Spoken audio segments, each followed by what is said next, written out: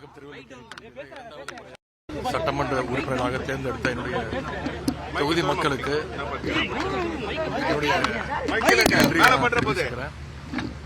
நிச்சயம் இந்த முறையும் ஒரு நல்ல சட்டமன்ற உறுப்பினராக அந்த தொகுதி மக்களுக்கு சேப்பாக்கம் திருவல்லிக்கேணி தொகுதி மக்களுக்கு என்னுடைய முழு உழைப்பையும் அர்ப்பணிப்பையும் என்னுடைய தலைவர் வழியில் நிச்சயம் நாங்கள் செய்வோம். இந்த வெற்றிக்காக உழைத்த கழக உடன்பிறப்புகள் அத்தனை பேருக்கும், நிர்வாகிகள் அத்தனை பேருக்கும், இந்த வெற்றியை கொடுத்த சேப்பாக்கம் திருவல்லிக்கேணி தொகுதி மக்களுக்கும் மீண்டும் என்னுடைய நன்றியை நான் தெரிவிச்சுக்கிறேன். அதுமாதிரி தமிழ்நாட்டு மக்கள் ஒரு முடிவு எடுத்திருக்கிறாங்க, தீர்ப்பை கொடுத்துருக்குறாங்க. அந்த தீர்ப்பை நாங்கள்லாம் அனைவரும் தலைவணங்கி அந்த தீர்ப்பை ஏற்றுக்கொள்கின்றோம்.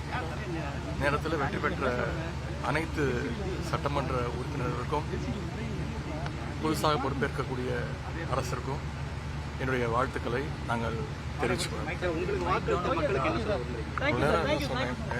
2வது முறையாக வாக்களிச்சிருக்கிறாங்க, அவங்களுக்கு என்னுடைய நன்றியை தெரிவிச்சுக்கிறேன். நிச்சயம் அவங்களுடைய தேவைகளை பூர்த்தி செய்கின்ற ஒரு நல்ல சட்டமன்ற உறுப்பினராக ஏற்கனவே பணியாற்றின. இந்த முறை மேலும் பணியாற்றுவதற்கு என்னுடைய தலைவர் வழியில், அவருடைய வழிகாட்டுதலில் எங்களுடைய பணிகள் இருக்கும்.